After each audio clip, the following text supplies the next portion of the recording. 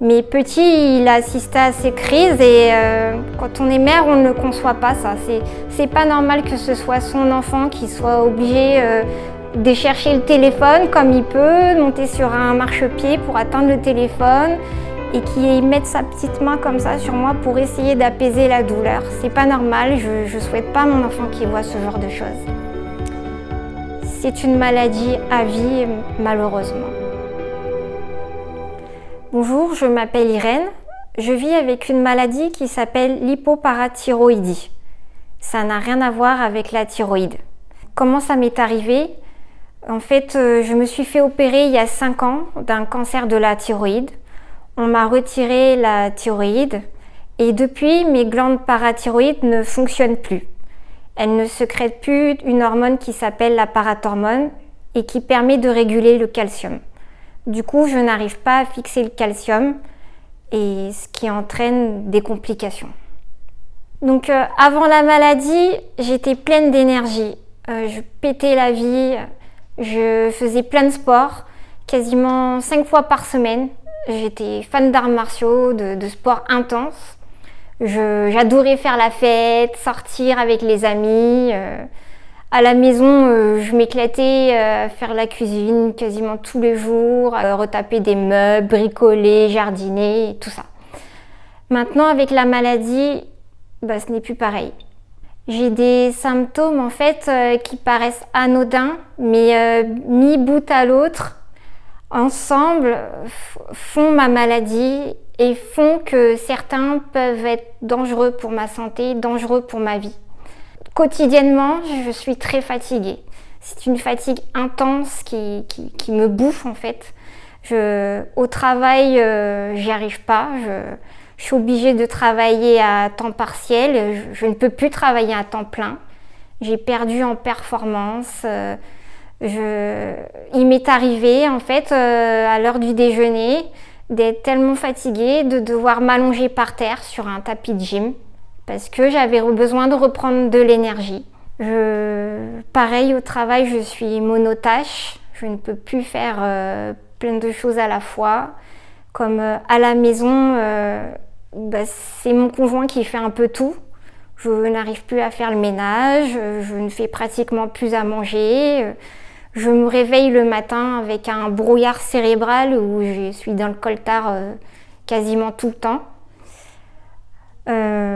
En plus de ça, en dehors de la fatigue, j'ai des pertes de mémoire. Ça se voit.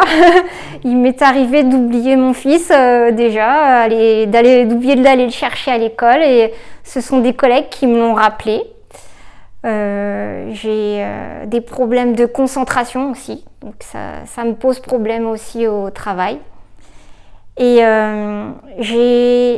quand je manque de calcium, j'ai des fourmillements, des crampes musculaires et qui se transforment quand c'est trop intense en crise de tétanie, qui peuvent s'avérer très dangereuses.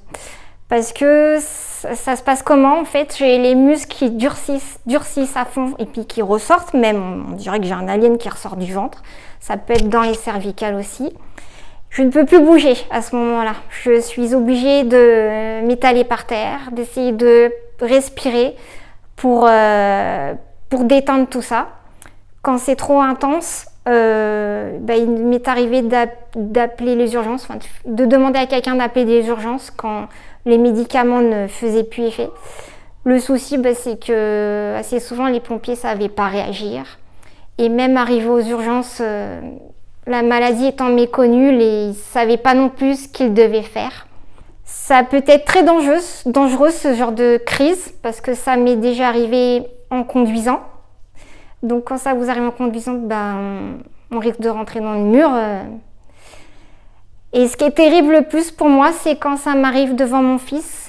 J'ai un enfant âgé de 5 ans maintenant, mais petit, il a assisté à ces crises et quand on est mère, on ne conçoit pas ça. C'est pas normal que ce soit son enfant qui soit obligé de chercher le téléphone comme il peut, monter sur un marchepied pour atteindre le téléphone et qui mette sa petite main comme ça sur moi pour essayer d'apaiser la douleur. C'est pas normal, je souhaite pas à mon enfant qui voit ce genre de choses. c'est une maladie à vie, malheureusement. Donc bien évidemment, je n'en veux pas ni aux pompiers, ni au personnel médical de ne pas avoir su me prendre en charge. C'est tout simplement parce que c'est une maladie qui est méconnue. Tout le monde ne pense pas forcément à doser le calcium, ne pense pas forcément que ce soit grave. Dans ces cas-là, c'est vrai qu'il faut mettre une perfusion de calcium. On n'y pense pas. Ce qui me fait penser, c'est lors des crises de tétanie, il m'arrive en fait à voir les mains comme ça, qui se crispent. C'est ce qu'on appelle le signe de trousseau. Moi, ça m'arrive pendant les crises de tétanie, mais j'ai des amis qui sont aussi hypoparas. Ça peut leur arriver à n'importe quel moment, mettons qu'elles sont en train de cuisiner. Donc si vous avez les mains qui se mettent comme ça, peut-être avez-vous cette maladie. En dehors de ça, ce qu'on va m'administrer, le calcium, c'est pas le médicament dont j'ai besoin. En vrai, le médicament dont j'ai besoin n'existe pas sur le marché français. Ce qu'il me faudrait, c'est la parathormone, ce qui me manque. Je vais avoir à la place du calcium, du magnésium, du potassium, mais ça va ne me servir que de béquille. Pour donner un exemple, à un diabétique, si vous lui priviez d'insuline, ça le ferait pas, on l'imaginerait pas. Moi, c'est ce qui m'arrive. J'ai pas de parathormone, j'ai pas de médicaments. Pareil, un diabétique, il a un appareil pour mesurer son diabète à n'importe quel moment, ça va pas, il le suit, il sait quoi faire. Moi, si je commence à avoir des symptômes, j'ai pas d'appareil pour mesurer mon calcium. Du coup, il va falloir que je prenne rendez-vous vite au laboratoire pour avoir une prise de sang. Il va falloir que j'attende les résultats. Il va falloir que j'attende que mon médecin me contacte pour me donner mon dosage de médicaments à prendre. Et du coup, il peut se passer, quand c'est une journée, ça va. Quand c'est 4-5 jours, ça peut être vital.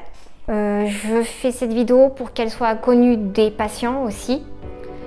Pour ma part, en fait, je suis malade depuis 5 ans, mais je ne le sais que depuis l'année dernière. Et je voudrais mettre en avant l'association Hypoparathyroïdisme de France, dont je fais partie. Elle travaille avec des partenaires médicaux qui permettent d'avancer dans la recherche. Donc, je souhaite que les recherches soient boostées justement et qu'elles nous aident. C'est une association dont vous trouverez les coordonnées dans le descriptif de la vidéo et qui m'a permis de ne plus être seule, d'être accompagnée, d'avoir des réponses à mes questions et d'être soulagée.